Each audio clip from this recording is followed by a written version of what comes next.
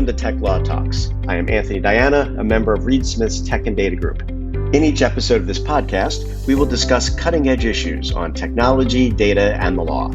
We will provide practical observations on a wide variety of technology and data topics to give you quick and actionable tips to address the issues you are dealing with every day.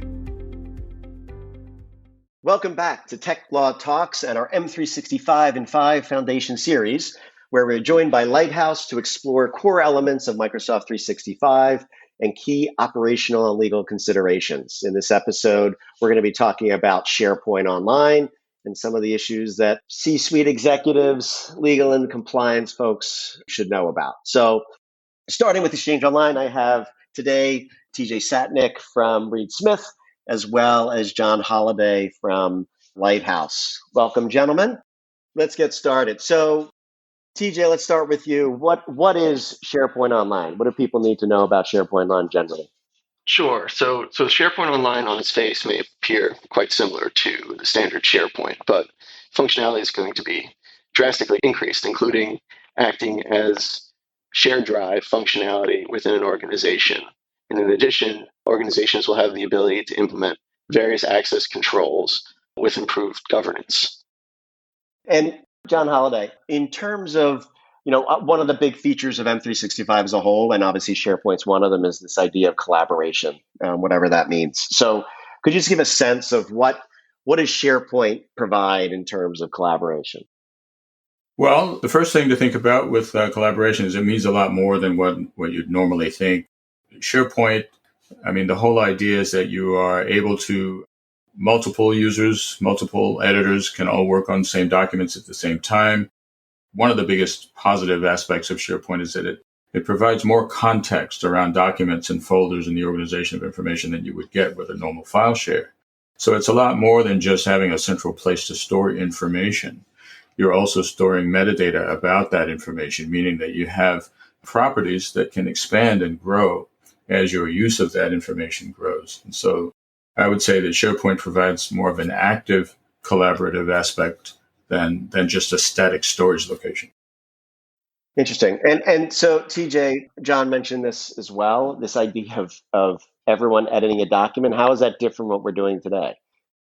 Sure. So unlike today, where ultimately you save a document and then you send it, a document is static, it's an attachment. Ultimately, now you have one single quote unquote attachment and you can have multiple people logging in at the same time. You could see people making those changes live. And again, with access controls, you can decide who has access to which document at any given point in time, and you can remove that access as needed. Interesting. So it is different from what we consider as a shared drive today. And so, John, in terms of we talked a little bit about this with Exchange Online, and I want to talk to you about how does this work? How do people govern the SharePoint Online? The data that's in there, because I think we've all seen that these shared drives in organizations on file servers sit there for generations and nothing is ever deleted. What does SharePoint provide to give a little bit more governance to the documents that are created in SharePoint? Well, SharePoint gives you a lot of tools that you can use when you're talking about information governance and managing information in a central storage location.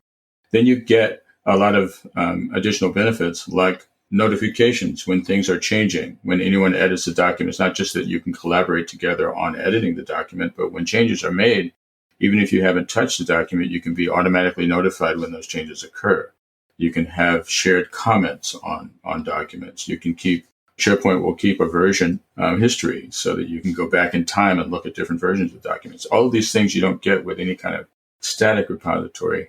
Again, back to that notion of an active collaboration, meaning that everything is happening to the document over time and to the folders and the organization of those documents over time, you can be plugged into. So SharePoint really encourages more collaboration than would a static repository. And in terms of governance, John, can you apply retention and auto deletion? And could you just give a sense of sort of how an organization can help govern what is in these SharePoint sites? Absolutely. One of the sort of early interpretations of what SharePoint provided was that it was a way to create websites or to create intranets in a company.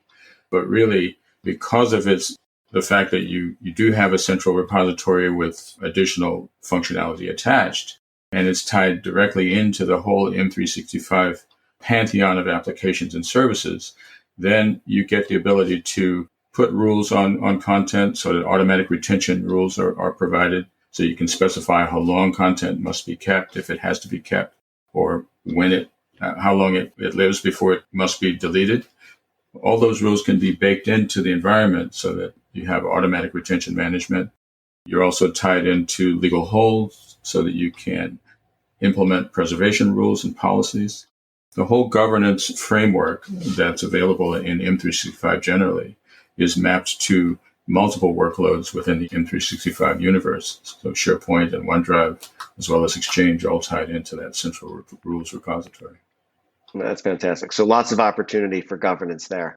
So TJ, before we head out, what's the last point you want to make about SharePoint Online? What should people know? So we all know that Microsoft Teams is increasing in popularity quickly, and actually SharePoint Online underlies each individual Teams channel. So ultimately, documents for each individual's Teams channel will be stored within the SharePoint Online, and we can go into that SharePoint Online to gain access directly to those particular documents if people need access to them. Okay, terrific. So thanks, everyone. Hopefully you learned something today. Thanks for listening, and there'll be many more podcasts on this, so hopefully you join us and listen and learn. Thanks. Tech Law Talks is a Reed Smith production. Our producer is Allie McCardle. For more information about Reed Smith's tech and data practice, please email techlawtalks@reedsmith.com. You can find our podcasts on Spotify, Apple Podcasts, Google Podcasts, Stitcher, and reedsmith.com, and our social media accounts at Reed Smith LLP on LinkedIn, Facebook, and Twitter.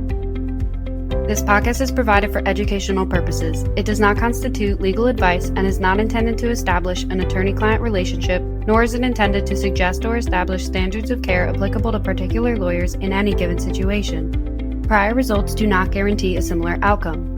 All rights reserved.